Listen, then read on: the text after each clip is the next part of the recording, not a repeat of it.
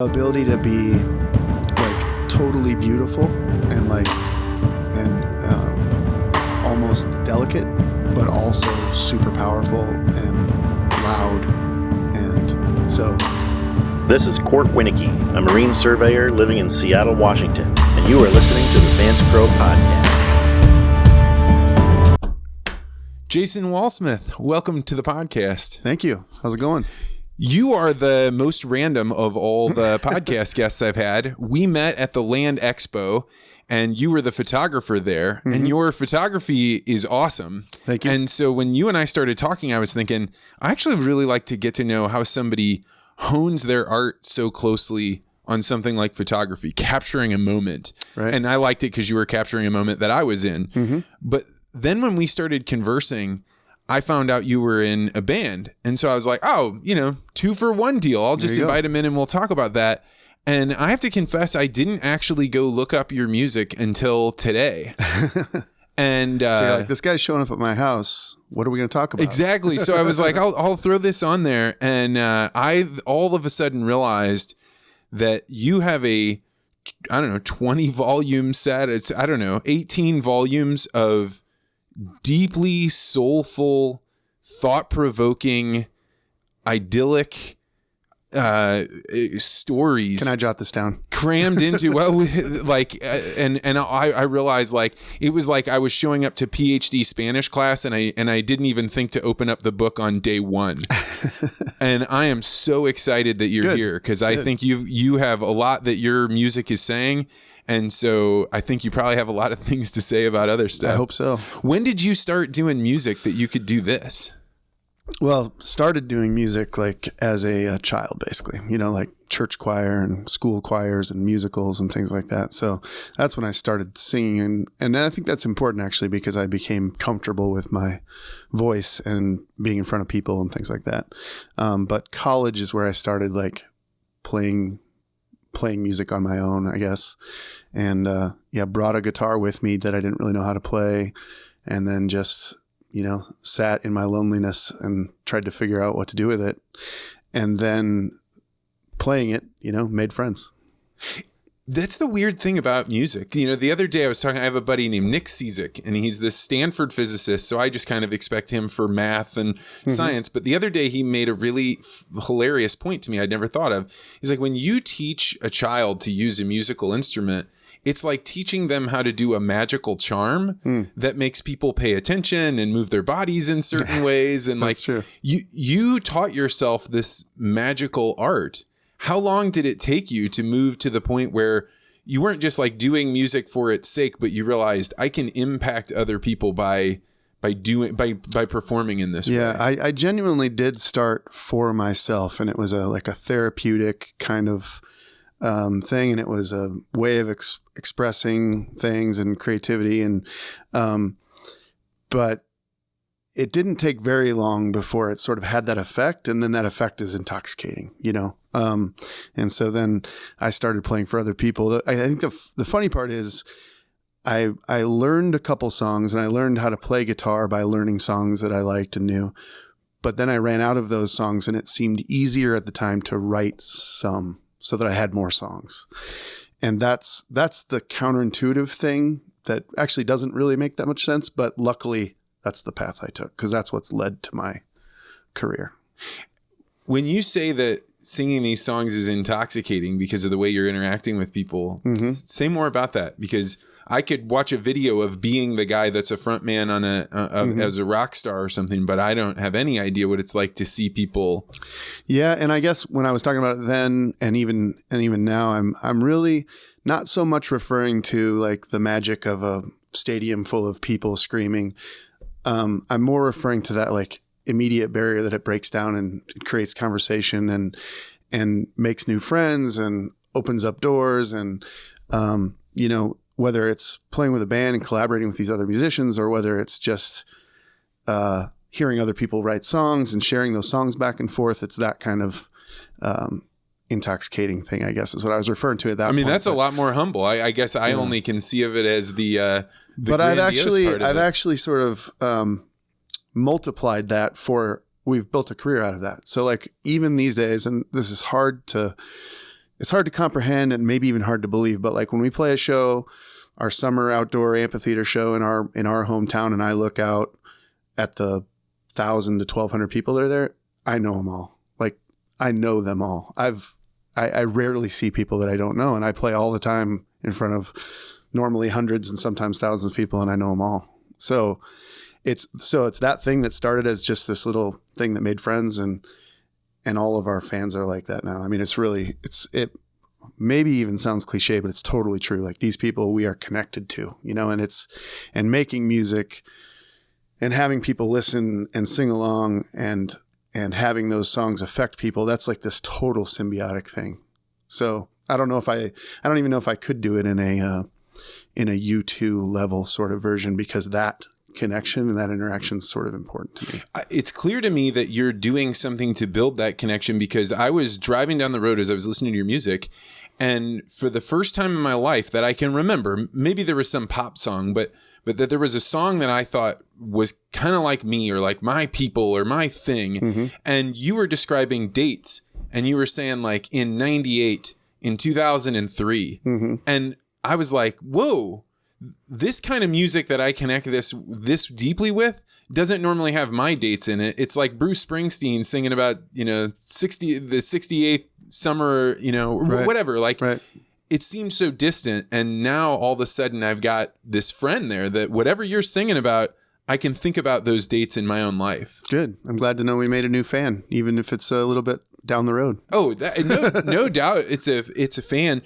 How do you write these songs? Like what is the experience of sitting down and putting instrumentation to words?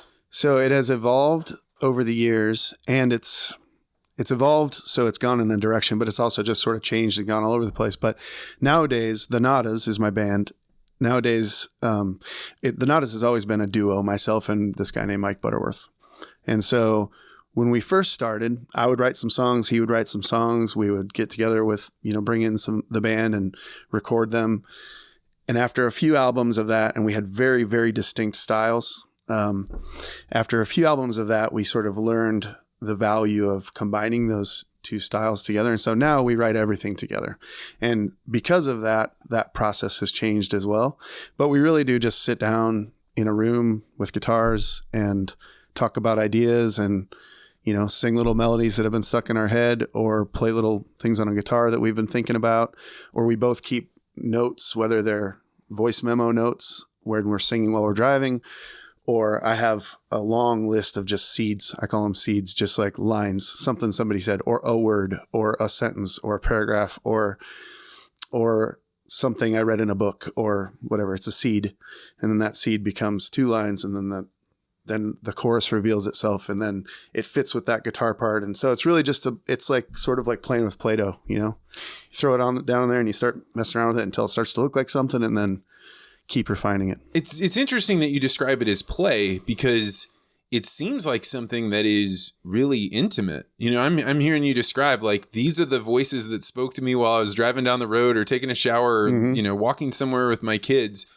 And you're then sitting down and sharing it with another person and saying, not only does this make sense to you, but would you be willing to incorporate it into, you know, some amount of time that right. we're gonna think and explore. And they may not like it or see it. Mm-hmm. So you've got to have some deep level of intimacy there, it seems like. Do you mean with the person I'm writing with? Yeah. So like with my partner in the band. And now I've over the years, I've written with a few other people too, and I have another new little songwriting group. So yeah, I mean, there's an amount of trust. There's also sometimes ambiguity you throw out there, and you hope that people identify it in their own way. Sometimes you like make it really specific, and sometimes you make it be really general, and you just, you know, let people, you know, mold it into whatever it works for them. So that's part of the craft, I guess. I honestly try not to be super strict or deliberate with those techniques or thoughts, because I feel like it would get in the way or limit me or strangle me a little bit. So for me, it is still kind of magic, and it is play. And all songwriters talk about it differently. There are some people who, you know, go to work every Monday morning at 8:00 in the same place, and they treat it like it's a 9-to-5 job. And there are other people who just say that the songs are floating out there, and they just have to avail themselves to them, and then they'll come down and reveal themselves. And I'm a little of both. They don't reveal themselves to me unless I'm prepared for it and planning on working on it. But I do know that at this stage of my career, and it's harder and harder to write songs, just because, you know, you've written the love songs, you've written the road songs, you don't want to repeat yourself. So it gets harder. But anyway, these days I know that when I sit down, I'm going to be able to write a song. Is there a path that like, you know, comedians talk about, well, you know, there's the certain types of jokes you say when you're first getting on the road, you ever notice, and then they move through a path. And I think Jerry Seinfeld talks about that. Is that true with writers too? I mean, you just described, you know, all your lover stories. Yeah. I don't know that I could generalize it to say that's true for writers, but it definitely has been true for us. And I do sort of miss those simpler times where every time something popped into my head, it was like so novel and new, you know, and then you just felt compelled to write. And now you sort of feel like, oh man, I've written that line before. I have to rethink how I'm going to say that. But, so there probably is a path, and it's funny because, you know, we've all gone through these stages of life as well. And so the stages of life show up in the music. And if you listen to the first album, which I don't think the first album is like a secret album. It's not even really out there anymore. It was on CD and it's not distributed anymore. But if you listen to those first albums through and listen to them all the way through, you can see the arc of our lives, you know, like the album from, I'm not even going to get my own years right for my own life, but the album from like 2007 was Mike's divorce record. And the album from 2009 was my divorce record, but also Mike's a little bit because he still had some stuff to get out, you know. But the early albums from the early 2000 albums, those were like our having kids and everything was, you know, really fresh. And then the ones from before that were when we were still in college and everything was just fun, you know. And so now the albums might be a little harder. They might be because we've been through the grind of life, you know, but also our fans have gone through those same stages too. And so hopefully are identifying with things in the same way. Not that we're purposefully trying to tell this story because we know somebody's going to experience that, but we're all going through life, you know, and so we all have these ups and downs, highs and lows, and hopefully those are on the record and people can connect with it. So as you're talking about something difficult like a divorce, and you're saying it's on the record or it's my divorce record, how does that show up? And yeah, how does that show up? Well, we have a song called Loser. Everybody's wrong. I'm not a loser. I don't know. It shows up in, you know, literal ways, in metaphorical ways, in just sort of sadder songs or happier songs, depending on how you're looking at it. Everybody's wrong. I'm not a loser. That's one of the songs called Loser. Man, yeah. That's a humble line. Yeah. I think that if we listen to that one, actually, it's more about Mike's post-divorce new relationship, who he's with now and has kids with now. Because, yeah, anyway. I mean, that's an experience that many people can imagine going through, right? Like Sure. My brother is divorced. I have good friends that are divorced and had to make that a part of their life story. And the interesting thing is, one, there's not a lot of music out there for those people, right? The Romeo and Juliet song that you hear on pop radio is made for the constant stream of 18-year-olds. Right. But there's not really a place on the radio for, hey, this shit happened and it wasn't the way I planned and it's not a storybook in any way. Yeah. I bet there are a lot of people that are really glad when they find you because nobody else, as far as I can tell, is singing to them. Yeah, that's true. I haven't really thought about it that way. That you know, there's a lot of bands in their 20s that are just haven't had a whole lot of the life experiences that we've had. And then there's a lot of bands that have gone all the way through their careers like this, that are like the Rolling Stones or something, where they're in their 70s who have done it all, but also had sort of probably a little different version of everyday life from the rest of us. We've been an independent sort of, you know, regular band for a long time that have gone through the same things that a lot of people have gone through. Not to generalize and say everybody's the same, but so when you were doing you're away, you're on the road. Did you actually go out on tour and go live the life of a band? Yeah. After college, I graduated in 96 and we started playing on the road. Mike left college a semester early so that he could do it too.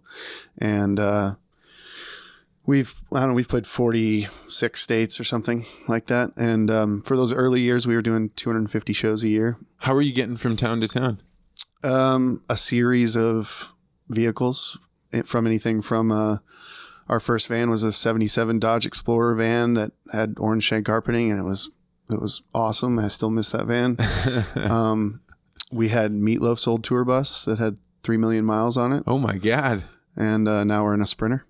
What's a Sprinter? Like a big van. Okay. With bunks in it. And tell me, how did you guys get a hold of the first tour? The 77 Dodge Explorer van? Yeah. We were touring in, I had an 87 Land Cruiser, which is a pretty good tour vehicle too, but it's just a little small. And we just drove by a guy who was waxing it in his driveway, and it was pristine. So this was probably in like 95 or something. And he was just polishing up this beautiful van, the 77. So it was already, 20 years old or whatever, but it only had 5,000 miles on it. He only did a vacation a year in it or something. And so we just pulled into his driveway and asked if he wanted to sell it. And he was like, well, I was just cleaning it up, thinking about getting rid of it. Yeah. Wow. Yeah. That's serendipity. So that was good. Yeah. And when you were doing that, you're in these first couple of things. Hey, let's pull in there and see if he wants to sell it. What did you imagine being a musician would lead to? Were you thinking that far out? No, I was thinking this will be fun to do after school. When I'm done with school, let's just keep doing it. This is fun. And then I was thinking, how long could we do this? And then when we hit our 10-year anniversary, I thought, man, I can't believe we made it 10 years. I wonder what I'm going to do now. And then now it's been over 25 years. So now, we're definitely lifers. Many years ago, we decided that we would be lifers. We would just do it as long as people would listen. And if they wouldn't listen, we'd, play on our porch. And so tell me about the life of a musician now. You're still touring around. You're going and doing shows. Yep. Nowadays we both have, I'm referring to Mike and I, but we have a band as well. We've had kind of several players over the years and a family that's come and gone and, grown. So we've had a lot of players. But Mike and I are the founding members. And so when I'm kind of referring to him right now, but we both have families. He now has young kids again. And so we stay a little closer to home. So, but we have a tour coming up in April and May. We kind of always tour. So like this weekend, we play our spring show in Des Moines. And then the next weekend we play in March 7th is the next weekend. We play in Minneapolis. And then, but then in April, we started touring. We hit kind of all of our bigger markets, which is Chicago, Minneapolis, Denver, Kansas City is kind of our circuit. Should be St. Louis. I don't know why we don't play St. Louis. It's just down the road compared to a lot of places we play. We have played St. Louis a few times over the years, but we've just never really strategically tried to build it up. But yeah, we'll do that full swing. I think it's probably 15 dates. And then we get into the summer months and we play outdoor festivals and street festivals and things like that. And so I had a chance to listen to your music, and I will throw some music on here. So maybe in the intro or something, we can figure out a way to do that. But so that way people have an experience. But how do you describe your style of music? Well, so one thing that's unique, as I've said a little bit already, is that we're a duo. So that's kind of unique if you think about, there are lots of duos, but not as many as just normal bands. So that's kind of interesting. But we call ourselves like Midwestern rock.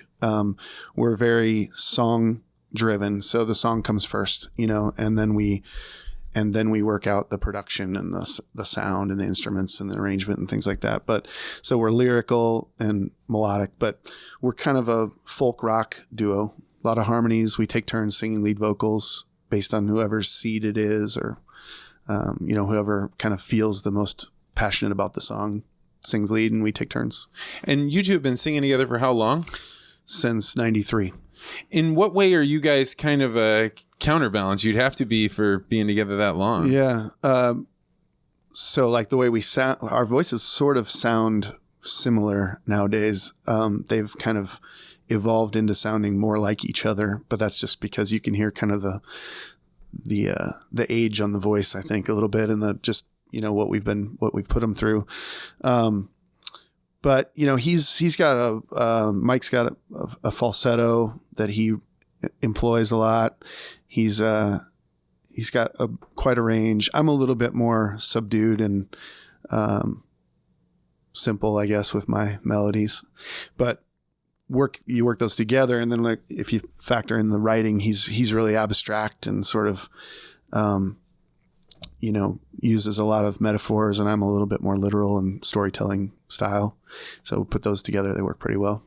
We talked a little bit before about where your ideas come from or the structure that you have to be in, but what is that's coming out of you? Where are those ideas or those one-liners coming from? Everywhere. And you just have to kind of stay open to the possibility of it and just pay attention, you know? And it used to be, I think those are the words of a master, that if somebody was listening, they wouldn't know how to employ it. And it would almost sound like, a trick or something. When you say, you know, basically you're saying relax, but also pay attention. How do you do that? I mean, I imagine you do it too. You just don't think, oh, I got to write a song about that. What's funny is, and you've probably done this yourself, or you heard people say it, you wouldn't believe how many times people say to me, oh, there's a song in there, or you should write a song. You should write that song. People say that to me all the time. Like they hear something or they think about something and they're like, there's a song in there.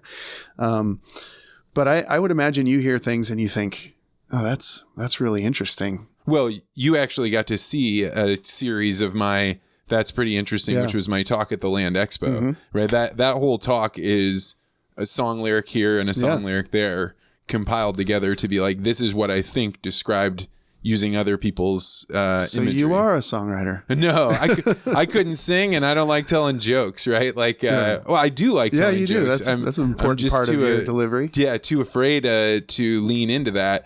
I think I feel a lot of confidence around you, that you exude it, because, and I think you'd have to, if you got to the point where you were able to sit up and vocalize words in front of other people with so much emotion. But that is what you do. I don't see any difference, except for I play guitar at the same time. But the playing guitar at the same time is sort of, that's just, for me, that's like a little blanket, you know, that's just a security blanket to make it feel a little bit more comfortable. If I had to stand up there and sing the same songs without a guitar, I would feel really uncomfortable. So, oh, wow. Yeah. So, I mean, I feel like they're the same thing, which is why I'm like kind of taking this foray into public speaking, because I've already been on 1,000 stages in front of thousands of people. And so it's a very natural thing for me.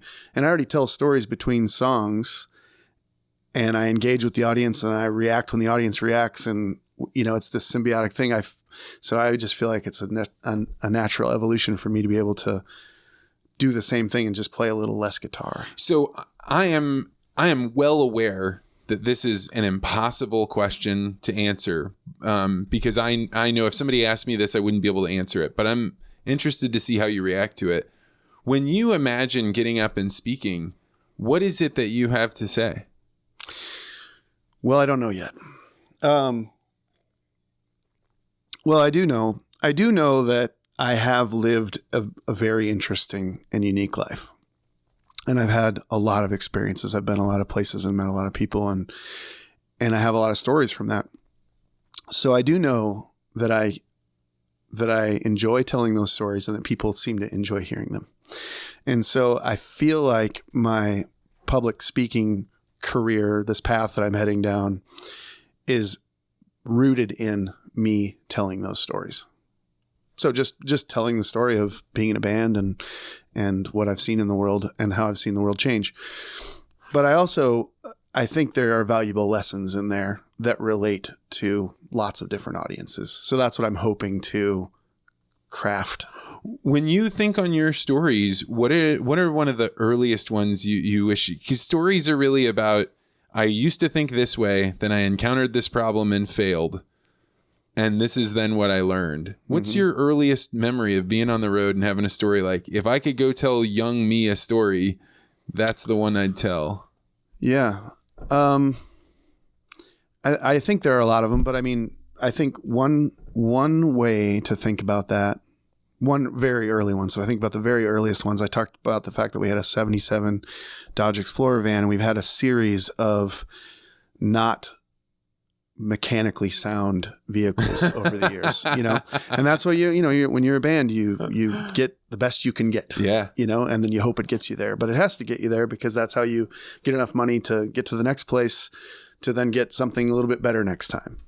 But we've always had a series of not mechanically great vehicles, and that so much so that we used to have AAA until we got canceled from AAA because we used it so much. So that's one of our songs. And we've had probably, if we really we're able to sit down and count them all up, we've had hundreds of flat tires. Oh, really? It just has to be over 100, we'll say. Fires and you name it, it's happened, right? But in the early days, there was that panic that would happen when you get a flat tire or when something would break. There was panic, there was anger, there was, flusteredness, and that never helps anything. No, But that's the normal reaction, right? And so what's fun now is when that stuff happens now, even with our 2018 Sprinter with, 8,000 miles on it, stuff still happens. There's zero panic, because it's gonna. We've never. Is that because your margin is larger? I mean, I know. So I had a 1984 Ford Thunderbird when I was trying to work at this radio station and help renovate this ship with my buddies. Mm-hmm. And the thing had brake problems. And I was like, I think I can wait another couple weeks. And then I talked myself into waiting longer and longer. Mm-hmm. So I definitely know what it is to live on that edge. Mm-hmm. And now I'm able to be a lot calmer about it because I have a bigger buffer. If my brakes go out, I can go get them fixed. Whereas there, I was delaying because I didn't have money. Are you more comfortable now because you're more comfortable, or is it because you actually learned that lesson? I like to think that it's just wisdom. I would prefer to think that it's wisdom. I don't think it really has anything to do with more money, but maybe. But I think it's the reason that I use this story, because it's not like it's the best story, but it's one of the earliest ones, is because it is something I learned over time, that the only thing you get out of being agitated and excited about the fact that something like that happened is agitated and excited. It doesn't make it go away, doesn't make it get solved any faster. And so I just think that's something I learned in life, that if I could go back and tell myself, just relax, it's fine, you're going to get to your gig, I'm 100% with you. And I think I didn't learn until I was maybe 36. I'm 38 now. That it doesn't matter how angry you are with another person. Mm-hmm. It doesn't make the situation any better. It's like holding a hot coal in your hand and hoping that it burns them if you're angry with them. But I see what you're saying. Even though my buffer is bigger, I think it's because I figured out that yelling and, stomping my feet, nobody cares. Nobody wants to hear you do that. Yeah. So you have the wisdom too. I think we both learned it on the road of being how the hell are we going to do this? Yeah. It's interesting to me because your description of your path sounds a lot like one that I went on that you weren't directed. You didn't know where you were going. Right. I feel that same way. Yeah. But how do you decide what to do next? Right? If you're not guided, you don't have some 10-year goal out there that's you're hard charging for. How do you think about, hey, this is the next step? I guess I still am on that same path of the goal, which is a very simple one, which is continue to make music and hope that people, and do things that you hope people will listen. So it's a very simple path at this point. If we're back talking about when we made the decision to kind of do this for a living, it was a hard decision at that point, but now it's been a very simple one. And I've had these sort of parallel paths all along, because I also do commercial photography, as you know, that's how we met. And much like I think public speaking is just another parallel version of this, photography is that I feel like they're the same job with just different tools, And so I'm always on this same path, doing these kind of variations of the thing. That's fascinating. I've never considered that. Is it that they're art? I mean, I don't. I hope there's some art there. Yeah, I think it's art. But it's also, I think my root of what I do has become now cliche, even though it's been what I've always thought of myself as, which is a storyteller. And for the longest time, I just told my own story, which I think maybe it's a little shallow and, not as rewarding. And then along the path, I learned that those same skills can help other people tell their stories, and that's valuable, and that's what people want to pay for. That can help me make a living and continue to tell my own story, and also very rewarding, So like in the late 90s, we took everything we did for our own band and our own records and started a record label, and then released other people's records, and oh, no way, helped other people set up tours and opened their doors. And so that was me helping other people tell their stories, And then I learned, and along the way, doing the same thing with commercial photography for brands and for, editorial stories for magazines and things like that. I was just using those same skills to help other people tell their stories. And so that's been really rewarding. It's been a way to continue to make a living as the music business has sort of shrunk and devalued. That was a way to kind of supplement and make ends meet, which is a song off the first record. I mean, it's probably because you've had a lot of deep introspection in order to be able to write a song that you're able to articulate it so well. But that is a really important thing. And, I have a lot of friends that I think if they're not on the spectrum, they're very, very close, highly logical, very detail oriented, want to be extremely precise in what they say. And you see that for how precise, the more precise you are, the less understood you will be by a more generalized audience. And I think that that's one of the reasons why I have these friends that are so talented and capable. It's because they have some deep knowledge and I'm able to hear it and explain it to other people on their behalf. Right. And I hadn't thought of it until you said that. It's far more rewarding for me to talk about Kate Crosby or Jared McDaniel than it is for me to talk about what's going on. I mean, my story is the easiest, but it's not the most rewarding. I'd never thought about it like that. You're a liaison. What do you mean? I don't know. I sometimes think of myself that way. Like you have these people who have great ideas or are incredibly intelligent and who have sometimes trouble communicating that to someone, to either the person receiving it or someone they're trying to work with or someone they're trying to accomplish something with. I've always felt like I could just say, well, what this person's trying to say is this, and they're not hearing you because they think you're saying this. But if you just hear this, then you're going to know what they mean. I mean, that's sometimes what I do in photography. I can't honestly say that's what I do in music, but it's probably a part of what I'm doing in music. Wow. That is really insightful. I think that liaison's probably not the right word. I think that the thing that I was struck by, I'm listening to music, and I've had friends that are musicians, but not on the level that you're at. You're the first person I've ever been like, hey, this guy's coming over and look at his discography. Like, I thought you were going to share with me like 2 albums you put together, not the volume, the depth. I was on iTunes. I could find all kinds of stuff that you've put out.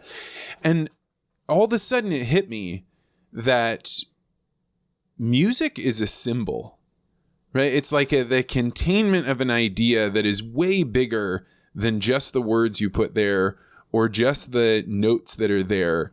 It's something altogether different. We both hear it. We both hear the same thing. We have an experience that puts us in, I don't know, some kind of a wavelength, right?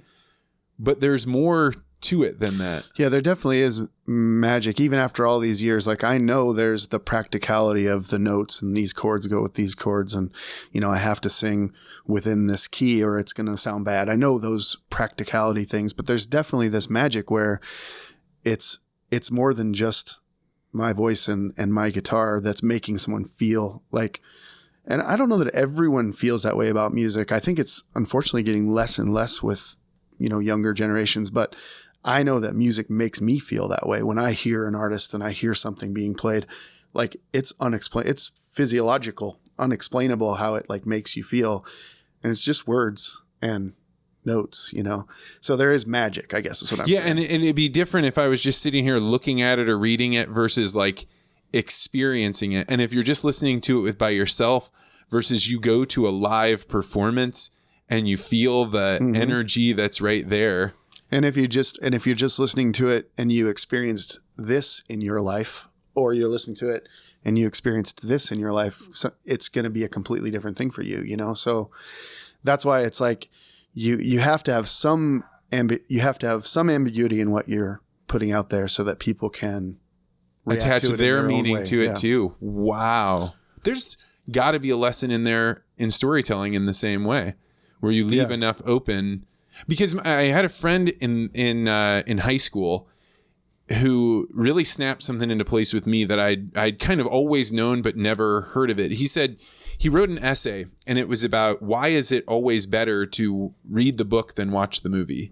And he says, like, in the movie, if you talk about like green meadows and a castle, well, they have to manifest an actual picture of those things. And there's only one version of what that can be. That's right. Yeah. And so while we all agree that that's the castle in the meadow, it's not as imaginative. Whereas when you read what an author wrote, you are now painting the picture that they describe for you. So whatever you think of as rolling green meadows or the high walls of the castle, you know, gleaming, you paint that with them. Which so makes it's a you dance. be invested in it. Oh, yeah, that's right. Yeah. And when the author doesn't write it in a way that you can catch that wave with them, doesn't matter how important the ideas are, they didn't get you on there. Yeah, that's interesting. I haven't thought about that. Mystery solved. Now I know why the book's better than the movie. Yeah. and we've probably just solved why music is we haven't solved why music has that magical energy over people. I think it's because of a thing called the edge of chaos, which I think I talked a little bit about at the Land Expo, right? It's between the ordered, something that people can hear, a pattern, a tune, and then the chaos, something that they don't expect. And when you put those two things together in a live environment and people can witness it. Yeah, that's interesting. I listened to that talk and I never thought about how it applied to music, but it totally does, whether it's like within one song, you know, which the order is the chorus or the hook or the thing that repeats, the thing that sticks in your head. But the chaos is the part you don't know where that's going to go next. And the improvisation of musicians working with each other and reacting to the dynamic and things like that. So that's pretty cool. How do you continue to push out on the edges of your capabilities? I don't know that I do very well, but I'm aware of that to the point where I want to more. So I've been doing this so long and for so many years, it was a little bit like Groundhog Day, where it was the same thing over and over again. I don't really remember 2002 through 2009. It was all the same. And I had children during that time too, so I remember those parts, but you know what I'm saying? It was very repetitious. The work became the work. A little bit. But I will say that my 16-year-old son has, in the past couple of years, gotten into music without even me sort of pushing it. Like I wanted him to play piano because I thought it'd be good for him, but now he's playing guitar and taking bass lessons, and he's surpassed my guitar ability in a year because he's just really excited about it. And that's making me want to now be a better guitar player. Like my guitar serves my needs for the what I've built out of a career, the level of which I do it. Once I got to that, I didn't really get much better, except for maybe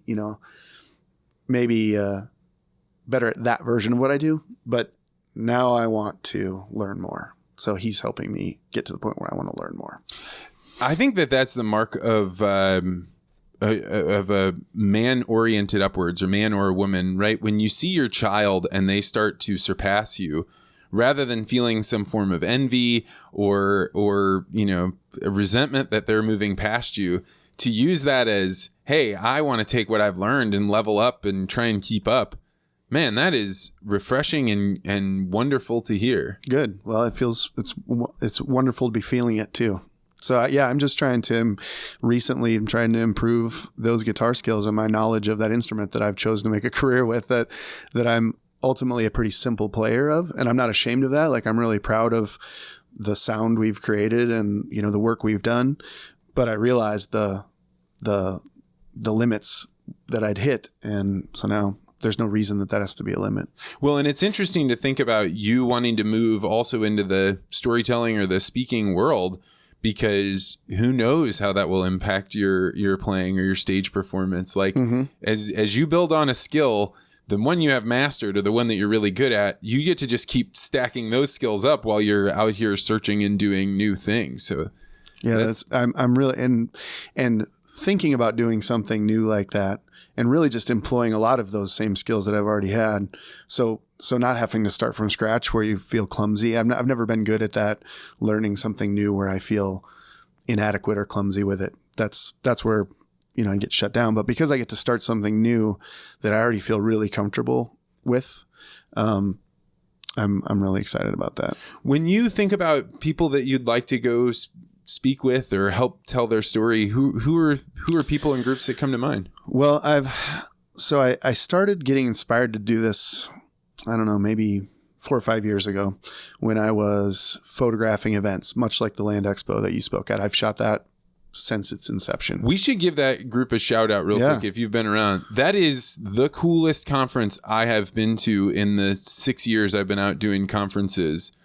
They are pushing the edges of like, what can you talk about? Who can come here? And he does it very purposefully. You can see that with the lineup and he knows his audience really well.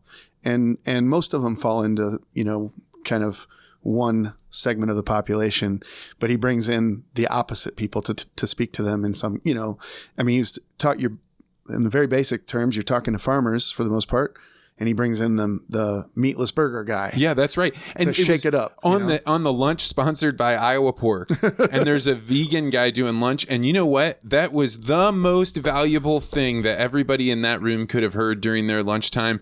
Iowa Pork, whether you guys knew you were getting a vegan guy during your lunch, that was the most amazing talk I've seen during a lunch because it was so thought-provoking. Yeah. And so those guys are champions. I think they are great. So Steve Brewer is the guy that started the Land Expo, and he owns People's Company, and it's a land real estate company, land development company, and it's branched out into so many different things now. But when I first started working for him, they basically brokered farm sales. That's what he got started doing. And I would go out and photograph that land, and I've photographed land all over the Midwest for him. And he's a great guy, and he's a great friend, even though I don't really see him very much anymore because he's busy and I'm busy. But yeah, so I photographed that Land Expo for many years and seen all these great speakers. But I've also photographed some other conferences and seminars and workshops and things. And I'm always seeing these people speak. And as the photographer, I feel like my job is to understand my audience, understand the people who hired me, the people putting on the presentation, what their objective is and what they're trying to communicate to this audience and what the audience needs to hear. And I honestly don't think that a lot of event photographers think about it that way. And maybe I'm making it overcomplicated, but I think that's part of what I bring to the table. So when I'm listening to these speakers deliver their messages to the audience members, I'm just quite often thinking that in my past experience, I won't even say what conferences they've been because I'm not trying to disparage anyone, but I feel like they don't even know who they're talking to, and they don't understand what they need to hear and what they'd like to hear and what they're curious about. And I thought if I know this as a photographer, just photographing. Yeah, event, man. Hell yeah. Good for you. Why can't I deliver that in the same way, or how would I do it differently? And so I started thinking about that a lot. And that's what planted the seed a few years ago. And so I photographed dozens and dozens and dozens of those and seen dozens or hundreds of those speakers and thought, I really feel like that's something I could do. And I have other friends kind of in the industry, people who book speakers like that for their industry functions and things. And they've talked to me about what the message they want to get, they want to get to their audience. And so that's what I'm developing. But I don't have my full. And this is what I'm curious to talk to you about really at some point is like, I'm not sure how to get from this life experience and these things to say and even successes of helping people tell their story and get their brand out, develop their brand, all those things into a package that then somebody might want to hire me for one of those. So I won't have any like clear silver bullet answers, but because of the way that your experience singing has gone and the way that you've described it, I think I can put it in metaphors that maybe will, maybe I haven't really thought about how I did it. So, but I think there might be some parallels. So the way that I got into speaking was I knew that I wanted to do it. So when I moved to St. Louis a few years ago, I just started going to every speaking thing that I could because I didn't know I didn't have something to say. I just knew I wanted to do it. So I did Toastmasters and I did Rotary clubs and I went to anything where I could get invited, I would do it. And then eventually I met a guy, Travis Liebig, who paid me the first time to come in and give a talk. And he wanted it to be on anything that would keep his audience interested for a little while. He'd seen me give one talk. So that I can probably do. Yeah. And that's the open mic night almost, right? It's one step above open mic night. It's like, hey, come on in here and do something. And all it took was somebody give me a chance. And once I had that chance, then I had evidence that I could say something interesting. And it really did come down to, you have a group and you need to keep them busy or you need to get them thinking about a problem that they have. I'll sit down and figure out of my life experiences, how can I apply a solution or a story or something that makes them think about it in a different way? Right. And people say, yeah, I'll buy that. I've never done the stuff with the event planners or anything like that. I just find people that have an audience and we talk about it. And if you have all this music experience and the overcoming fright and dealing with problems along the way and pursuing your dream, like these are all things that there are lots of conferences that want that answered because those are the questions of the human experience, really. Yeah, I think one of the things I know I want to talk about is creating your narrative. Like every time we write a song, we're creating a narrative, and all these brands or companies or individuals are struggling to figure out how to tell their story. And so to me, that's like an almost natural thing to do. And so I think I can help people do that. One thing that we haven't talked about, but I think that would be fun would be to talk to people about culture shock, because a lot of companies, I think, experience culture shock. And I would imagine, knowing your history, that when you did your Peace Corps things, there was a lot of discussion about what culture shock is and how to overcome it, right? Yeah.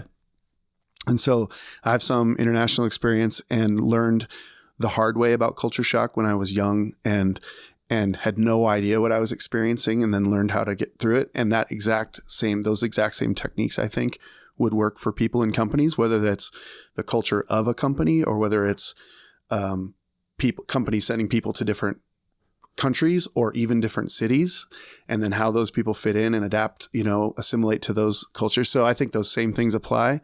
And I've done that as a guy in a band from city to city, night to night, in little microscopic ways, as far as how do you assimilate quickly and overcome culture shock. Because you could just get on stage and, kind of come out from your closed space where you're safe, play your show, and then go away.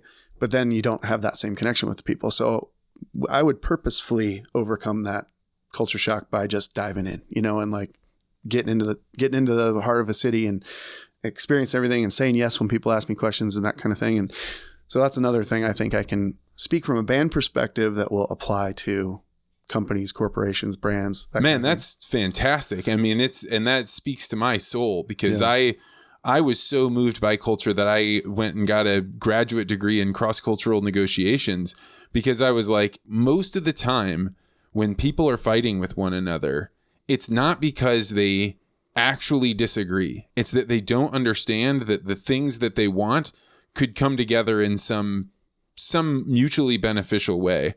But I had never really thought about the thing that you're saying here about you can take that and really speak about it. And because really those same little tools, I think, apply. Whether you're diving into a completely different country and way of life is sort of the same thing as you just moved into a different department, and that department has some different sort of basic rules that people unspoken ways that they operate, Did you have to develop a pretty thick skin traveling around to different cities? And so a little bit, but my culture shock sort of knowledge came before I was out of college. So like my degree's in anthropology, and I spent a summer in Nigeria, which was a wild place in 1994, I think it was. Still is a wild place, But I was 18 and I think my professor really that I went with a few students and a professor to this tiny little village, you know, like one generator, power 2 hours a day kind of thing, for a summer. And I think that it was his sort of entertainment to see how we, instead of say, here's where we're going, here's what you're going to experience, and here's the way you get through this. I think he was just like, let's go. And I don't remember there being any sort of preparedness for it, you know? So I think for him, it was an experiment of, I wonder how these kids are going to do with this. And so that's when I learned about it, you know, and I learned about it by hitting rock bottom and then like hitting rock bottom, crawling out. Yeah.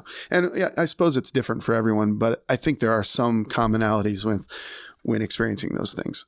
You probably never experienced this because I think the Peace Corps trains you for, prepares you for. I mean, you definitely make mistakes because if you're living there, it doesn't matter how much class you went to. 10 weeks isn't going to prepare you for snake oil salesman rolls into town or something. So when we got there, people were overwhelmingly nice. People who had one shirt wanted to give it to you. You know, I don't know if it's the same for you, but probably similar. But your culture shock reaction to that is, why would I want that shirt? Or why are you doing that? What are you trying to get from me? Or is this some sort of game where you're going to hurt me? Or, you know what I mean? When it's not that. So what I had to learn was that just because it's different doesn't make it wrong, which is a very simple thing. Like I even just saying it makes me feel a little like maybe this is not worth talking about, but no, it is. But this is fascinating. Yeah. Everyone I think has this same reaction to something they're not familiar with, you know, which is to close off like, and hold on to the thing that you know as if it's right. And then that's what makes what you're saying, that's what makes this conflict, you know? And the emotion that you feel of, I feel unsafe, ends up getting externalized as you did something wrong. Yeah. And the other person is sitting over there being like, I remember one time I offered my mother the homestay that I was at. She was coming to me to do like a kindness. She was like, I noticed that your pants are dirty. I'll have my daughters wash them for you. Mm-hmm. And instead of just saying like, oh, thank you, like that's so helpful because I didn't have time to do it. I said, oh, that's great. I'll give them each some money. And she was like, what? And then I thought she meant like, oh, that's not very much. You should say how much. So I tell her I'll give them the equivalent of $5, which would be the equivalent of like 4 days of work out in the fields. And it's like, you just offered to give my daughters like what would take me 2, 3, 4 days to earn. Like that was the most offensive thing I could have done. And I just couldn't understand why she was getting mad at me for offering money. Right.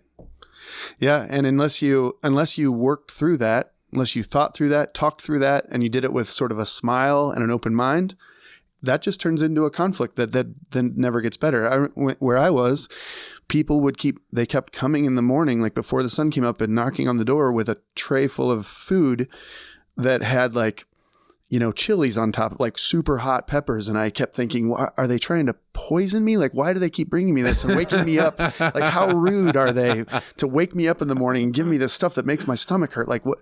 But they were just being kind, you know, and like but your immediate reaction is it's sort of like fear-based, you know? And so, yeah, my example, and when I say hit rock bottom, like I spent my whole youth thinking I wanted to grow up to be a National Geographic photographer. And I know one of your other guys talked about that too, but that was my dream. That was what I said I want to be when I grow up, a National Geographic photographer. That's like saying you want to be, you know, an NFL quarterback. But at the time I thought that, and I even had a high school teacher who was like, this is what you should do. And that's why I went to school for anthropology, you know, like I was doing this path. Oh, wow. That makes so much sense. Yeah. And I had a visual emphasis. So like everything I did, I photographed and I, you know, shot for the paper and things like that. And so my anthropology degree, it was really a photography degree. But so all I wanted to do was be a National Geographic photographer. And I was in Africa in a tiny village in the most beautiful, you know, on the equator. And it was amazing.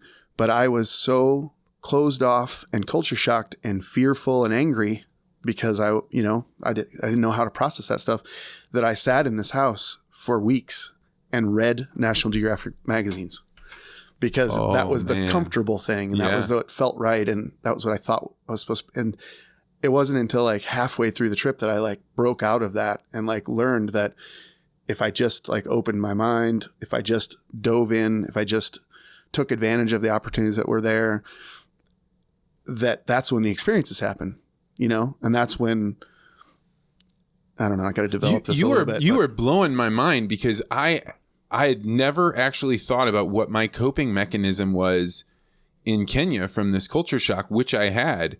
And what I ended up doing was finding one person that was working on something intently and asked them to teach me that.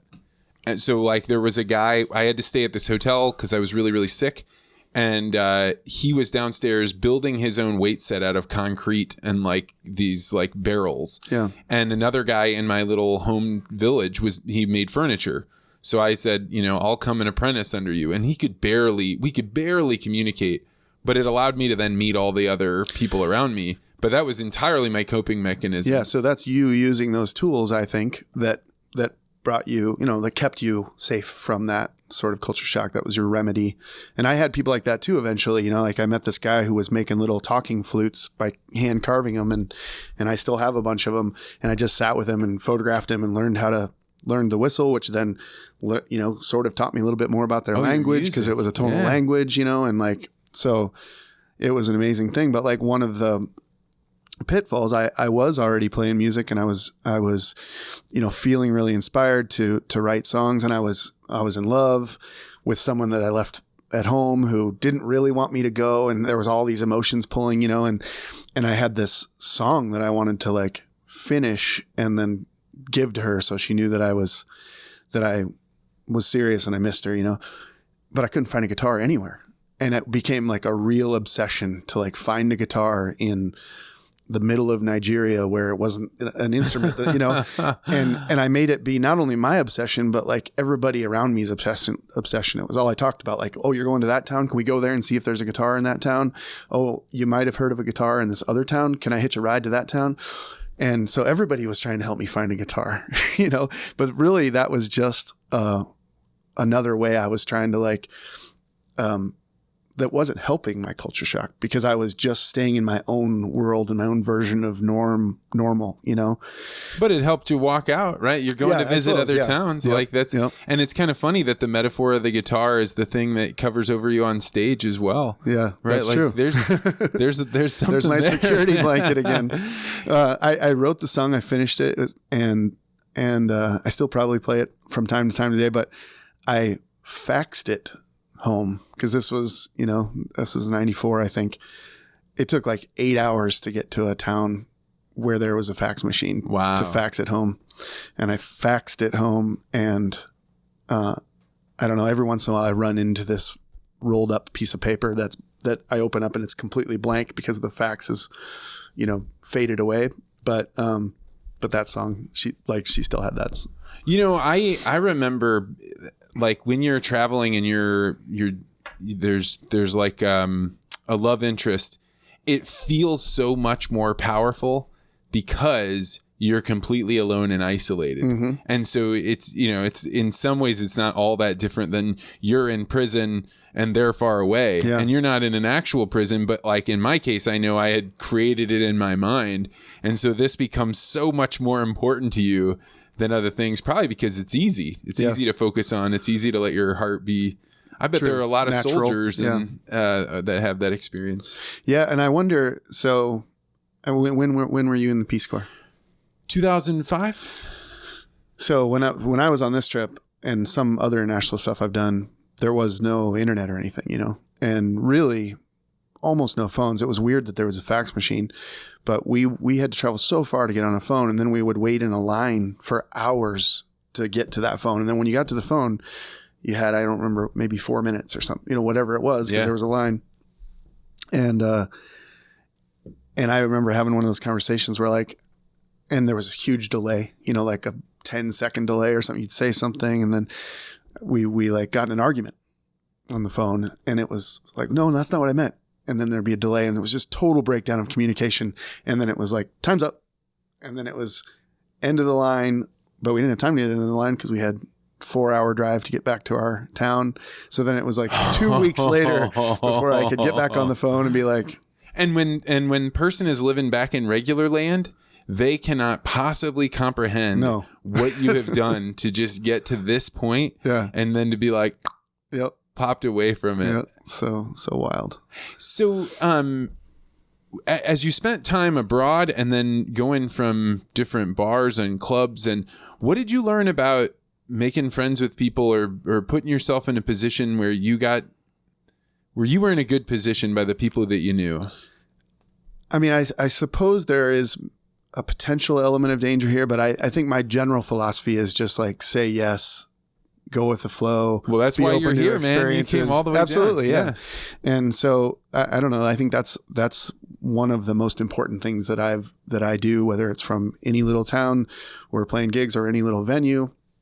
Last year, I got a chance to play in Beijing, China, at the U.S. Embassy there. Oh my God! Which was like the same sort of thing. It was like this huge cultural bridge where I'm singing these songs. They don't necessarily speak my language, so they don't necessarily mean to them what they're supposed to, but yet somehow I felt a connection, they felt a connection, and there was this. So whether it's Beijing, China, or Kearney, Nebraska, it's the same approach. It's a smile, it's a nod, it's an openness to things that are different, not necessarily, right or wrong, just different, It sounds like your guitar became your camera to become your National Geographic. Well, yeah.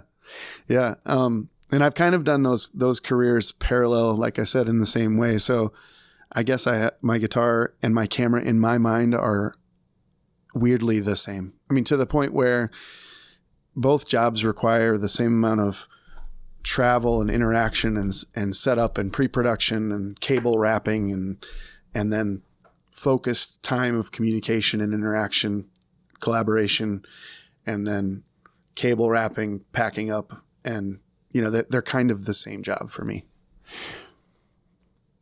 When you think about listening to other people's music and going to other people's shows, how do you do that? Like, is it something you enjoy? Do you have? I love bands? it. Yeah, it fuels me for sure. Like I think I am a singer-songwriter because I'm a fan of music.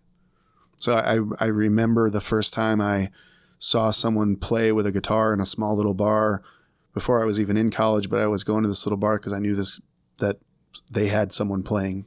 I don't remember what made me. I was by myself, I think. His name was Larry Meyer, and he's still touring and playing. And I thought, I saw that guy, and it was like a revelation that a person could sing their own songs.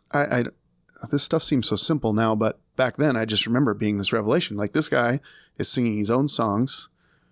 People are clapping, and then he's being paid. And I was like, before that, I thought it was just something that people did on TV or if they're famous or something, And so that was my revelation. Like, this is something you can do. So, I mean, that's the power. How old were you? At that time, I was 18, maybe. I have the same. So in the last podcast, I talked about this concept called intersubjectivity, and it really is kind of the concept. My buddy Rob Long says it's maybe the meaning of life. It's that I can create something and put it down, and you can pick it up, and you can know or have that same sensation, or we both had this experience together, and so we're not alone. We're together. We understand one another. The world is somehow connected. And to be 18 and realize like that your life's passion is somehow to make that intersubjective experience with these fans. Well, no, it took till just now that I realized that, because you just said it. I mean, I've spent the time doing it, but I didn't understand what was occurring. But that is exactly what's occurring. And it's once you reach the level where I'm doing it or where you're doing it with speaking, because where I saw you were in front of 1,000 people, you're taking that occurrence and like multiplying it by 1,000. It's just powerful. Like, it's almost scary that as I think about, down the road, like I'm constantly multiple times a week being patted on the back by hundreds of people and like applauded, like what happens when that goes away ever, if it does. I don't know. Have you thought about that? Have you felt that? Do you feel that sort of, does that affirmation fuel what you're doing? The affirmation is something that comes and goes all the time as far as whether or not I want it or I crave it. And I think that that's what comes down to this thing that I sent you a video about, the daemon, right? Mm-hmm. Which is this inner voice that you have that wants to speak in some way, or at least in me, it wants to. And I think other people view it as like, it's my guardian angel, it's my conscience, it's my something. And when I hit the vein where I'm saying something that I think comes from the idea of the daemon, it's that it's it's like a painter, maybe like a singer. I'd never really thought about that. And the expression of it, just the ability to get it out and have people accept it or understand it or at least comprehend it, that to me is maybe the meaning of life. And I think the biggest challenge is to remain humble enough that you keep finding things that are worthy of all these people's attention. And the thing that scares me is not the lack of their, connection or admiration. I think that will be there. It is, can I keep finding things? You actually said something in here that made me kind of scared, which is you were like, I don't know that I am getting better at my guitar. And then you followed it up by saying my son is inspiring me to do something else. But that's what I'm afraid of. I'm afraid that I'll get to some level and I'll think, well, that's as far as you can go, and my creativity will run out. And that's. But yours comes from your curiosity and observation, right? Do you think you're going to get to a point where you're like, I don't care anymore? Yeah, I mean, I don't think so. Yeah. But that is my deepest fear. And I think the longer that I've been creative over and over and over again, the more that I can trust it. But at the end of the day, like you were describing how different people have different experiences for how they grab these songs out of the air. What happens if there's a gap or there's just a bunch of static? That's the kind of thing that there's nobody that could help you. Right. You're out there on your own. And the anxiety of that, the worry of that is in itself can be paralyzing. So that's a great question. How have you done it all these years? Like, I see your records, the number that you have. I flip through them randomly. I connect with them.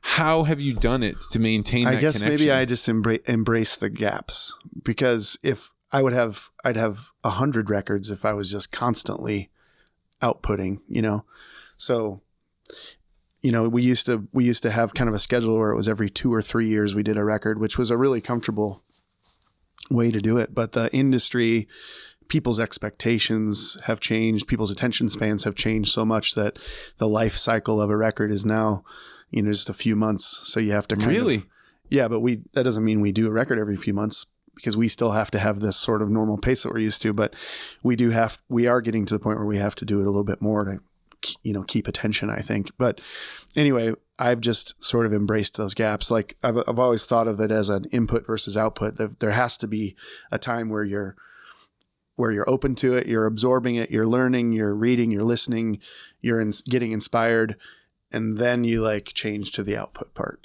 So I don't think they happen at the same time, at least for me. For me, I have to consume things for a while. That's actually really reassuring, because I describe different times in my life as Renaissance times.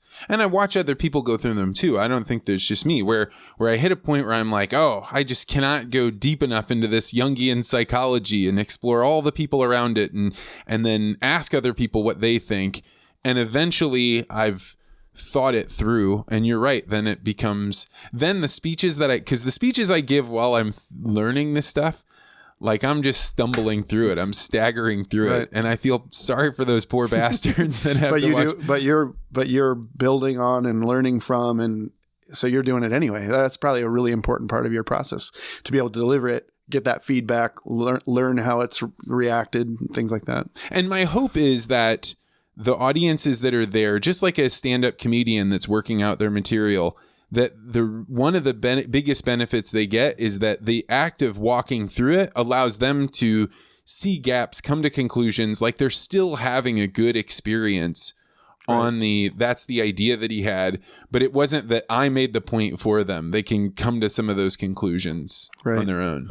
Yeah, I think you were doing that a little bit at the Land Expo. I remember you saying that or warning the audience maybe that you were working through it. Then that could have been at a different one that I listened to. But yeah, I think that's an important part. And I don't know, from my perspective, I like my audience to hear things in their infancy and then be a part of that evolution. You know, our songs that we've written a long time ago have really evolved and changed over the years. And some people have been with it through that whole ride, you know? So I like the audience to evolve with it. And what's the experience of meeting a fan that's listened to you for a long time, but you never met before? What's that like for you? I'm probably a little bit, it's probably a little awkward for me, but hopefully I don't show it just because it's a little, embarrassing's not the right word, but you know, I feel a little bit like maybe I'm not worthy of it sometimes but I'm always very appreciative of it. So yeah, there's definitely been people who have been with us through that's a long time. And we have fans that have been there the whole time. And many of them we're friends with, but sometimes we don't know them, you know, and they'll come and say, yeah, I used to see you in college and there was this one time. And sometimes I remember that one time, you know, and it's like, it's pretty amazing that people have stuck with you that long. That's what I always, when people talk about how long they've been, I'm always like, thanks for sticking with us, you know, because it's easy for people to be passionate about a band that's like rocketing to the top. Like it's easy for people to get on that train, you know, and be a part of that success. But people have been with us through these highs and lows and this whole arc, which is amazing to me. And some people have fallen off or lost interest or gone on with other things in life. And it was just a college thing or just a certain period of their life. But there are so many people that have been with it through the whole thing. Did you put together, this may be totally insane, but did you put together a playlist that you published called Cruising on Apple Music today? I was looking at you and there was like, do you listen to a guy named Alex Murdocky? Yeah, I thought it was Alex Murdoch. Murdoch, maybe that's it. Yeah. I've never met him. Yeah. So I was looking for your album and then it showed what music you were listening to. And so I thought, well, this will be a fun experience to listen to this stuff. I've listened to Alex since I lived in California and one of his friends gave me a record of his. And I started thinking about this of like how much you and I could have a shared experience, even if I didn't know your music. The fact that you and I would listen to the same music is very striking to me. Which is why sort of like pop music is so powerful to like when people, you know, how it changes culture, right? Because then everybody's having that same experience in a big way. But it's more interesting in those kind of in the niches. Yeah. Way more. I don't know what that playlist is. I can't say that I'm active on Apple Music. We do fan cruises usually once a year. It would usually be this time of year, but our next one is going to be in the fall because it's an Alaska cruise. And I have put playlists together for like the fans that go on that cruise. So that's probably I think that is it because it's something about cruising. But now I wonder what the heck is on the playlist. I'll have to check it out. Well, I mean, I guess maybe the larger point is that this intersubjective experience in pop music, I am sitting here regretting that I didn't find a more niche thing, and mostly because the pop stuff faded away. Right. Those bands, if they are still around, they're not in any way connected with my life. And I didn't watch them evolve. So it's almost like if you had a bunch of good friends in high school and then you left them behind, you don't get to go back and have high school friends again. Right. I feel like that's the more normal way. I think what has happened with us and our fans and the fact that we're still doing it and not trying to do the exact same thing, but just sort of growing and documenting and delivering the musical version of our life. I think that's really pretty unique. You know, like I said, there are bands like the Rolling Stones or bands that have had massive, massive success that have then ridden that out for their whole lifetime. But I don't know of any other bands that started when we started that are sort of blue collar bands that are still doing it. I don't know of any. Yeah, I don't either. That makes me wonder why we are, but not really. I know why we're doing it. I mean, it's interesting because you probably have fans that are truly like, no, seriously, keep going. Oh, yeah. Because we want to see you successful. We want you to come back next year. I want to bring my kids out here. Like that. Absolutely. What a mountain to have climbed. Yeah. Yeah, I don't really think about it like this very much. So it's sort of like when I do, then it almost knocks me back a little bit to think about it like this. But and when you say you don't think about it, like for me, I was so excited. There's rock star coming over. How do you think about it? More in the moment, in the immediate things. We're working on a new record right now that's a duo record, and even though we've done this for so long, and we are a duo, and we started that way, we've never done a duo record before. So this will be like our first just acoustic, 2 guitars, 2 voices record, and we're halfway done with that. But we're working on it really fast, so we're trying to figure out how to schedule it in and get it done, and we have the whole tour booked, and they're all duo shows. And I love the band and I love playing with the band. And so there's part of me that's like, oh man, we're going to be doing all these dates without the band, but then we get to go back and play most of those places again with the band. So it'll all be good. Where do you go for inspiration? Are you a nature person, an art person? I'm a nature person and an art person and a music person. And, yeah, I don't know. I mean, honestly, that's a little bit, and this is probably why things dry up for some people, but that's a little bit what's, I used to be a much more adventurous person. So it was travel, and it was, deep dives into different cultures and just getting lost and like completely new experiences that are foreign to me. But there's less of that now with more, home responsibilities and sort of daily grind and things like that. And so all of that is inspirational though. I mean, I think, you just have to look at it differently. So it's easier for me to think back to how I used to get inspired, which was just go somewhere and do something, it's a little more work to do it with what is sort of normal life. Yeah. The daily grind. Yeah. But that's where it is now, I guess. Do you feel like because you were putting all of these thoughts and emotions and experiences into writing and then playing them over and over and over again, do you feel like you understand your unconscious mind probably better than other people? No, I think I'm have probably what I would imagine the same struggles as anybody else if you're diving into that part of what you're thinking about. What do you mean by? Well, I mean, I've only recently just begun to think about the fact that, there are a lot of things that go on in your brain that you don't have any control over, right? The thoughts that pop into your head, even if you try and do a float tank or you try and do meditation, there are ideas that just keep popping in there. And you have dreams, and those dreams are some kind of a manifestation of something going on in your brain, whether or not it's an accurate representation. But it's interesting to think about.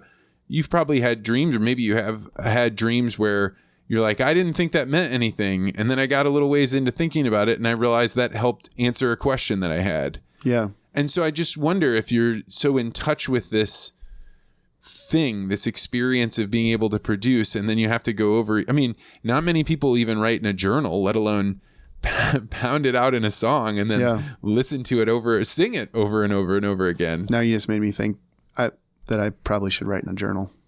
No, I don't think I do. I don't think I am in touch with that as much as I wished I could say I was. I think I do use that sort of, I wade into those waters. I've written songs, waking up from a dream and used those things in songs for sure. But I don't have control over it, or I don't feel like I'm more in touch with it. No. Interesting. Well, I think journaling is that's the most hardcore thing I do. It's harder for me to get my mind to do it than it is for me to go lift weights or go run several miles, because when you first start doing it, you're like, oh, I'm writing down my thoughts and my, what happened to me yesterday. But when you really start grappling with like, what am I thinking about? Mm-hmm. it becomes really difficult. But then everything that comes out of it, when you go back and peek at it, you're like, oh man, I'm so glad I wrote that down. Yeah, I kind of feel like, and I know this isn't true, but I feel like it's too late for me to start journaling now in life. Oh yeah, bullshit. I have I have so many. I probably have 10 that I could find books with a page that say, today's the first day of my journal. Oh, I mean, I definitely have those. And then one day, so I had the experience of my mentor. I used to send him thank you notes or notes about just what was going on. Mm-hmm. And one time I went to visit him and he handed me the file of all these notes that I had written him. And I was like, oh my God, I forgot that even happened. And like, oh, I can't believe that we did this. And we, talked about these things. I had completely forgotten about that. And I was like, man, it's too bad I can't write myself letters. And then I was like, oh my God, that's what you can do. Yeah. And every other time my journaling had been like, dear diary, I just arrived in Kenya. It's so crazy here. Mm-hmm. And then you come back for a few days and eventually you're on to normal world. So you don't need to journal those.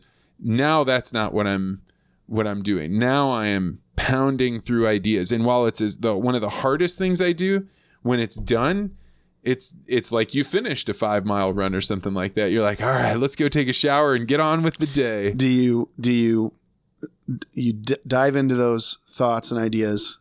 Do you get to a conclusion and then close your book? Or do you say ... to be continued, and the next day you pick it up and you start there and you keep going? Oh, that's a great question. I bet if somebody picked up my journal, it would be like reading my dream journal or something. It would be like, and then the rabbits jumped out of the tree and were, as large as elephants. That's not that crazy, but it isn't thoughts that you could grab onto unless you already understood the miles and miles of context. So whereas in your songs, you were saying, I need to leave space in mm-hmm. for other people to see them. My journaling, I have to leave no space for anyone. And I don't have to leave any space for how will they feel if they read this, or what do they think? It's entirely as close to my inner thoughts as I can get. Does it still have a beginning, a middle, and an end on these thoughts? Or is it just sort of just continuous, whatever you feel? God, you don't have to. These are does it have fantastic punctuation? Questions. It has punctuation. The beginning probably starts more like a story mm-hmm. than anything else, because I'm usually like, I got to write this down so that way I can just be done with it. But then as I go further and further, because the story is referencing things that are deep in my mind, I think the story melds into non-linear point A to point Z. It's much more like, and now I've arrived at this thought. So maybe it would be linear for me if I went back to see it. I mean, I'm making it sound like it's gibberish. It's not gibberish. It's just this thought led me to this thought, which impacted this one. And I try and do it during a state when I'm not overly excited. I want it to be in the state when I am, after working out or after going to jiu-jitsu or something. I want it to be at a time when I'm flatline. Okay. Every day? No, I wish it was every day. It's probably 4 days a week. That's awesome. Yeah, I have a blank book in my bag in my car. I mean, it's not like you have to do it I started off just like 2 sentences mm-hmm. and then you just say, I'm going to write 2 sentences every day for a week. And then when you do that, then I just finished out a book that I've been carrying for a couple of years that now has this record's songs in it. And I ran out of pages, mostly because I have a lot of drawings from my younger son when he was in a drawing phase, and he just kept taking those pages. So, but it's full. And so I went and bought a new book about a week ago and thought, I'm starting fresh. Wait, how is that different from a journal? Oh, because it doesn't have anything journal-like in it. It's like lists and, it definitely has songs in it. Right. But it's like, I'm going to write a song on this page, and it might take a week, or it might take 1 setting or 5 settings. So I guess it's not entirely different than a journal. It's just that I'm only doing it because I have this task, which is to write the song, to put it on the record, to put the record out, to go play shows, to sell tickets and t-shirts. I don't know. I mean, you sound like you are kind of a master of the art as business or art as function, right? Like that's who's that guy that wrote the book, The War of Art? Yeah, I don't know what his name is, but I just heard about it recently, and it's really, I mean, you sound like you're recently describing a lot of it. It's like, you get in, he basically says creativity comes when you wrench it free. So you get into a spot, you do the same routine every day. You don't allow yourself the sympathy of being like, oh, it's just not coming today. Now, maybe you only get 3 good sentences on the page, but that's what you do. You're getting 3 good sentences on the page and you stay there until it comes. Yeah. It's one of those things. I know I would be better and more prolific if I did it if I did it every day like that, if I made myself do it, but I don't have to make myself do it like that. So I don't, because we write for records. What is the business of music as far as that goes now? Because now I haven't bought a record in a long time. Who knows? Yeah. So weird. I feel like the business of music, the people who are making money in music, it's more the business of fame, I think, now. But I could be wrong. I don't know. And it's all, like hip hop is a totally different business and people are really successful in that. And it's like they have their own way of doing things that wouldn't work for us. And I don't know what it is. And then country or Nashville country or that whole sort of music business is something totally different. And they have their own system. And it's sort of the old fashioned way, but it still works for them. But it doesn't work for everybody, Our business is playing live and engaging our fans. And we thankfully have earned and maintained enough fans that they keep us going. But it's not in a way that's like, it's no Jay-Z and Beyonce. It's like a teacher with a part-time job. Kind of keep us going. What do you think is on the horizon? You gonna publish 12 more albums over time, or do you think it will? I hope so, and I know that's a little weird, but sometimes I visualize myself, being like entertaining my nursing home, basically. Even though I don't intend to go down in a nursing home, but does anybody? I don't know. I think some people are very responsible and plan for that sort of thing. Oh, you're running off the paths so that there's no chance you're going in there. Okay. Right. No, I don't know. Yeah, I hope we continue to make it. We're not slowing down now. So we're in our mid 40s and we've been doing it. I think this is our 27th year. At 25 years, we were inducted into the Iowa Rock and Roll Hall of Fame. Which is a lot like the Ohio Rock and Roll Hall of Fame, but it's in Iowa. But I think we'll keep doing it. I mean, it's still really fun and it's all about, there's a lot of dynamics involved and there's a lot of balance. So there's the balance between Mike, my partner in the band, and our relationship, each of our families. He has another business now that he started maybe a decade ago that's takes a lot of time and attention and is successful and has a lot of employees. So there's the balance with that. I have my other endeavors and things that I do. So there's a balance with that and making those things all work together. But so far, we still do 60, 70 shows as a band a year. And then I do just as many as solo a year. And you're a hardworking man. Well, it's not work, I am a hardworking man. I definitely am busy. Sometimes I make myself so busy that it's detrimental a little bit. Like I don't ever quite achieve some things because I'm busy doing other things. But none of it is work. It's one of those things where, I do what I love and I'm totally fulfilled in doing it. So when you were talking about the, knowing what your purpose is and things like that, what was the terminology you used? The daemon. Yeah. I feel like I've known that for a long time. So to the detriment of sometimes whether or not there's responsible amount of income or, savings or planning for the future, that kind of thing. The daemon doesn't care. Right. Well, so I've been in touch with the daemon for a long time, and that's what drives me through life. So, did you know it as such? Meaning, like, when I asked that, I mean, like, were you just on the path that was the right one and you were doing it? Or were you like, I'm here and I know I'm supposed to be here? Well, I mean, I remember there being a conflict and a struggle in the early days, but it wasn't that I didn't know what my purpose was. It was that, I've already told the punchline, which is that I feel like this photography and this music and now this other version of storytelling, of public speaking, are all the same. In the early days, I thought I was supposed to do one or the other.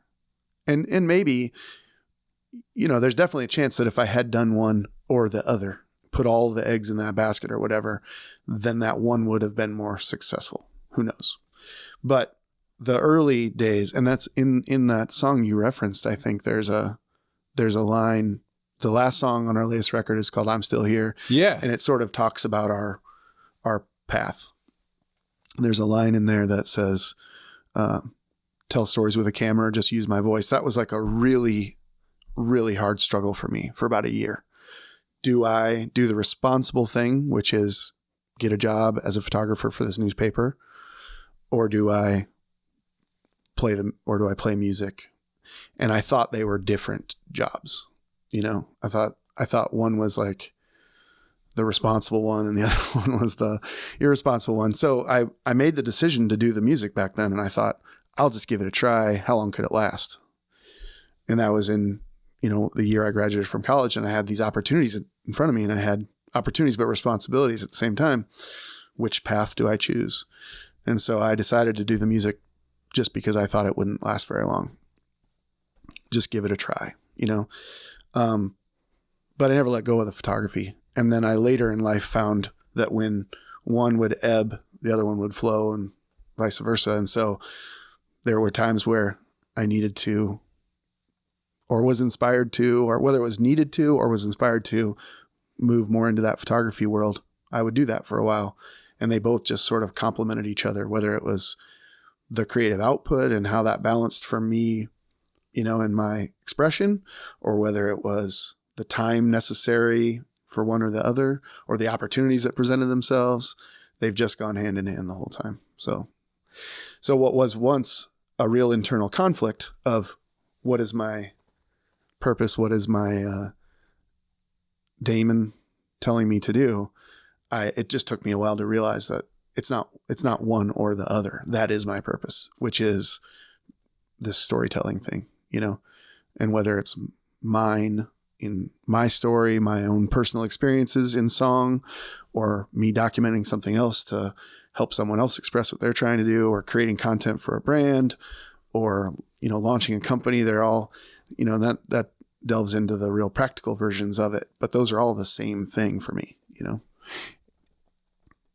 You seem very in touch with something that seems hard for most people to get to. Do you think everybody has a daemon? Do you imagine that everyone has some voice calling them to do something? Yeah, I think so. But it doesn't necessarily have to be like a crazy rock and roll, fairy tale. But yeah, I think probably everybody has something that is the thing that will provide them fulfillment. But I don't know that I think probably the problem is people try to put them in this box that is a job, like a list of jobs. Which of this list of jobs does my daemon fit into? That's probably where that disconnect happens. But you can get that fulfillment if you're looking for that fulfillment, that true self within those things. I'm not saying it's easy to identify, but maybe it's when we're little kids and they say, well, do you want to be an astronaut or do you want to be a football player? Like you just then are trained to think, which job do I fit into? Oh, that's a really good point. Instead of like, what bubbles up inside me that brings me joy, that makes me feel like I am doing what I designed to do. I don't know. I had never really thought about the idea that when you ask a child that, you are really telling them about the compartmentalization, which, you know, you need to have a job, you need to be able to contribute, but you don't think of it as being like that may really siphon down how broadly they can see the world. You know, the police officer that plays the harmonica or something like that, like some ability to express that daemon, but it wasn't ever calling him to be a full-time harmonica player. Yeah. That's just a weird example. I actually have a friend who is a pretty serious professional and is actually truly great at the harmonica and is asking himself, hey, does this mean my calling is to go into playing the harmonica? So I just wanted to clarify that, because that was not me doubting his vision. It was the first thought that came to my mind. Well, and sometimes I think it's probably an easier path for someone to become that professional, find what their calling is, even if it's being a harmonica player, and get that fulfillment by being a harmonica player without thinking, I'm going to make a living playing harmonica. You know, like, how many people make a living playing harmonica? Probably just a couple handfuls of people, you know? I have two boys, 16 and 12, and like, they're at this stage where they're thinking, what do I want to be when I grow up? You know? And my 16-year-old has been on this, I mean, incredibly smart, incredible ability to like think about geopolitical issues and find the solution that's probably none of these super powerful people have thought about, you know, as a 16-year-old kid. He's been on this track for diplomacy since he was in 5th grade. I got him a subscription to The Economist when he was in 5th grade. No way. And he's been on this track. But now that he's like experiencing this playing guitar and this, what it feels like, he's thinking, do I want to be a guitar player? Or actually, and I shouldn't even, let's take it out of my world. He got into theater this year, his junior year in high school. And he loves theater, and he loves just the teacher there. I asked, anyway, I'm going off subject, but now he's like, maybe I want to be an actor. And I'm like, well, you absolutely should be an actor as like a thing you do when you're not working. Because to say that you want to go down this, it becomes the pressure to do it takes away from the fulfillment to do it. You know, I think, in my opinion. Oh, that is fascinating. So particularly coming from the musician. Yeah. So I don't know. I don't want to give bad advice, but I want to help him understand that he can be an actor and he can do all those things that make him feel good, but it doesn't mean he has to figure out how to pay every bill that way. You know, I think, and in some way it might hurt the art. Yeah. I think it totally hurts the art. I think that's been one of our biggest challenges as a band over the years, is like, how do we make this work? How do we fix the brakes on that car? And are we going to spend some more time writing songs, or are we going to go out and play some more shows just so we can pay some more bills? You know? I don't know. I don't want to give bad advice just because of my own jaded experience in life, but I want him to understand that you can do those things that fulfill you without having that be your entire existence. My biggest maybe hurdle here is that I almost always default to, if somebody really wants to do something, not even really wants to do it, they start getting an inclination to it, I probably blow oxygen to, you know, somebody tells me they want to play harmonica professionally, I'm like, all right, let's go figure this out. Let's, I should probably be more like that too, I don't know though. Like, I'm not saying I think that there's a balance here, right? Because I know that people are motivated by different things, right? I know a lot of people that are motivated by somebody said they couldn't do something, and so therefore they're going to prove them wrong and they're going to do it. I am not motivated that way. For me, it's somebody says like, hey, I can see you doing this. I feel then empowered. I feel excited, and I go for it. I think I want to expand on my thought a little bit, because where I was trying to get with that is, I think there are ways for him to bring those skills and that joy that he's finding in theater and acting into the world of diplomacy. And that's just one example, but like these things that are in you that inspire you that are your true self, they exist in all kinds of different facets in the world, you know? So you can use those skills and find that fulfillment without saying I'm an actor and all I do is plays or movies or commercials. Like I get the same sort of fulfillment of being that when I said I want to be a National Geographic photographer by photographing. Last year I photographed an olive oil plantation in Morocco. So it wasn't a National Geographic story. And I realized that's a huge dream, but, and that kind of dream takes years of focused, dedicated, narrow precision focus to be the person that writes or photographs that story for National Geographic.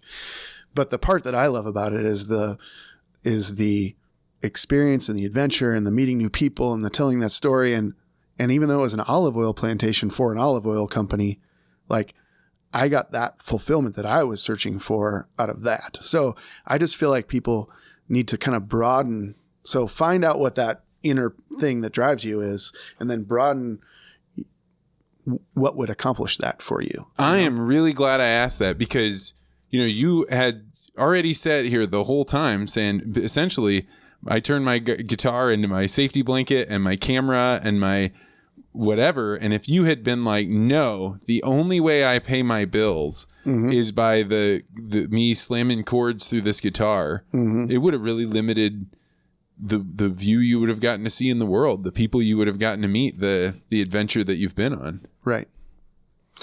So that's good. That's what I'm trying to express to my kids. I'm not trying to say, no, you'll never make it as an actor. I'm not trying to say that. I'm trying to say you can find this fulfillment when combined with those other skills that you've spent these years sort of developing and you're really good at in this knowledge that you've accumulated and your understanding of how cause and effect happens in these big global pictures. And I think you can apply these things that you learned in theater class to that, and find that. And I'm not saying I have the path, I can't draw it out for you how that works, but I think it works. I mean, if you can distill this thought, this set of thoughts into a talk, people will come from miles around to hear it, man. Like, that's what we want to know. We want to know, how can I take my passion? How can I pour myself into it and then have that result, not in the life that I am dreaming of, the one that I can imagine, but have it be authored by the daemon inside of me and the chaos that is the world. Like, you help people navigate that edge between the thing that they're capable of and where they want to get. They'll invite you in. I'd come see that talk. I'd pay to come see that talk. All right. Okay, I'll work on that. I'm gonna start writing it in my blank notebook. Yeah, man. I think you are well on your way, man. I will do whatever I can. I'd love to see you out there talking about this. I think helping people figure out how to do the thing that they're the best at, that's when you get a diplomat like Ben Franklin. That's when you get people out in the world that are doing things that need to be done that we don't even know need to be done and can only be done by somebody that has combined their daemon and all these other things. Well, and it sort of relates to the one. This is maybe the direction, the one subject matter that I said that I was already working on, which was the crafting your narrative. Like, it's your narrative, So it is the story, the way that you perceive it, and then the way that you put it out to the rest of the world. So a part of that is understanding it for yourself, and telling your own story, figuring out your own path. So those probably relate in that way. So I want to wrap up with one last question. And that is, you said, I always say yes, or I'm always willing to jump in. Talk about that for just a second. Like, how did you get that philosophy and what does that mean? How should people interpret that? Yeah, because it could be misinterpreted and then get people in trouble or hurt. And I'm not intending anything negative from that. I'm just saying be open and positive and optimistic and open to the possibility that just because it's different doesn't mean it's wrong. That a lot of other people have their normals that are different than ours, but warrant understanding. But much shallower than that answer would be the way that I met Steve Brewer and the Land Expo guy was years ago at a conference in in DC, and it's called Des Moines, DC. I'm from Des Moines, Iowa. And every year this group of Des Moines people go to DC all at the same time, about 200 people. And they have their conference, even though they're all from Des Moines, they have it in DC so they can be close to the government and they can have meetings with legislators and things like that. And Steve was on one of those trips, and it was the first time I met him, and I was there playing music, kind of representing Des Moines, entertaining Des Moines, but also I was plugged into this stuff, and I got a lot of energy and inspiration from these people. And he was there, and we did the events, and then went to the hotel bar, and then closed down the hotel bar, and then took some to go to keep the evening going. And there was the National Cattle Congress was also there, and all those guys were in the same hotel, in the same hotel bar, and closed for them. And so we all just got in the same elevator and went up to a room and kept the conversation going. And there was the president-elect of the National Cattle Congress was in the big hat, big belt buckle, big personality, and we were hanging out, and he started talking about how Montana beef is better than Iowa beef. Now, I don't have a dog in this fight, really, other than I'm proud of Iowa. But Steve grew up a farm kid, and I'd raised some cattle, and so they really got to debating about that. And so Steve said, "Fine, I'll buy one of your calves, but you have to deliver it to me." And he's like, here's a down payment. He gave him $100. They wrote it on a napkin. And the guy's like, "All right, I'll bring you a calf next year." And so he did.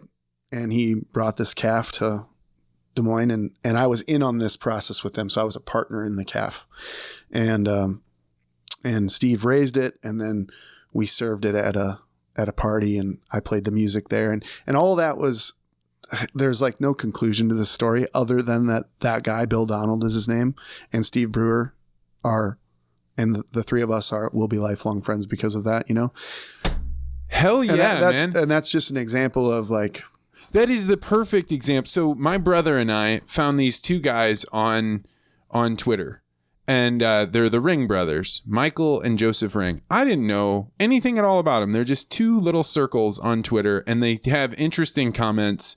They talk about things that I think are interesting. I have a book club. They're involved in it. They ding me when my audio is bad, right? They give me a hard time about it. And my brother had the idea. He was like, "Hey man, let's go up and visit those guys. They run a feedlot in Northern Illinois. Just the next time you're up in town visiting mom and dad, let's just hop in the car and go up and do that." So we do. We hop in his truck. We head up there. We go meet these guys. This is this weekend. They were amazing. Mm-hmm. They were 25-year-old guys. They lost their parents when they were 7 and 9 years old, and like they had to figure out how to make their way in this world. And you're out there with them talking about their cows and what medicine they provide them and how they do their work. And we got to see their farm and sit down and talk with them. And you think like, I'm going to be friends with those guys for the rest of my life, mm-hmm. because you just said yes to an adventure. Yeah. We've all got more in common than we don't, even if it seems like we have nothing in common, like that's all we have to find, those similarities. And then I don't know. I think there's all kinds of opportunities that come from that. All right. I was going to wrap it up because I'm afraid the tape's going to run out, but I have an interesting comment. I'll be interested to see what you say. So around Valentine's Day, there was a tweet that went up. My brother pointed this out to me, and it was, if you could change sexes for just one day, you could be a woman, what would you do? And like you go through the quick like lewd answers of like, oh, I'd find out what it's like to have sex with another person. But then you start thinking about like, what does your body allow you to do that you don't even think the other person can or can't do? And one of the themes that came up that I observed with a lot of women was they said, I'd like to go out into crowds and not feel afraid. And I was like, my mind was blown because I don't think about that. Like that's not something. What do you think? If you were a woman for a day, what is the experience or the setting that you would use your body for to get you into a place that you can't be right now? Wow, that's a hard question. I've never had that question before.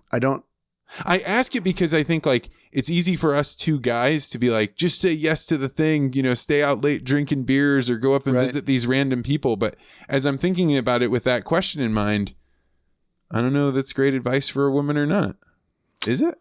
Yeah, I don't know. That's why I said when I suggest that, I'm not suggesting that you don't use common sense or you do things that are dangerous or you, you know, so I get that there's a issue to be worked out there. But I'll just give you a simple answer because it's what popped into my head. I think I've always envied a woman's voice. So it might be obvious since this is what I do is sing, but I would love to be able to sing like that. What is it that you perceive to be different? What a great answer, by the way. The ability to be like totally beautiful and almost delicate, but also super powerful and loud. And so I feel like more often in women's voices, they have this incredible range and it can be so pretty, but also just so moving and powerful. So that was profound, man. I am so glad you said yes. Thank you so much for coming by the podcast, thank you for inviting me. I absolutely cannot believe how great this was. So take a little bit of time. How can people find your music? I want to play that song with the dates at the end of this I'm podcast. still here. I'm still here. It's sort of written, that song is definitely written for someone who's been with us like for the long ride, but that's not to say that you can't get something from it if you're just discovering us for the first time. But, you know, it talks about our sort of path for this time. But, and that song is on our latest record, which is now 2 years old, called One Louder. But we have a website, thenadas.com, that's generally updated and has tour dates. And that's NADA.com? THENADAS.com. Okay. Yep, thenadas.com. I would say we're way more active on like our Facebook page and Instagram and things. We're constantly putting stuff on there. So if people are into those channels, it's there. Yeah, man. My I use Twitter a lot, but I always check in on Instagram. I feel like it's more for the artists. And we should use Twitter more. We do have a presence on Twitter and we have a little bit of action on there from time to time. We definitely check it. We just don't post to it as much. Yeah, I think Twitter is more of like written ideas. I don't know. But I'll definitely check you out. And on Twitter, you're the Nadas again? Yep. Okay. Man, thank you so much for coming by. Thank you for having me. It's awesome.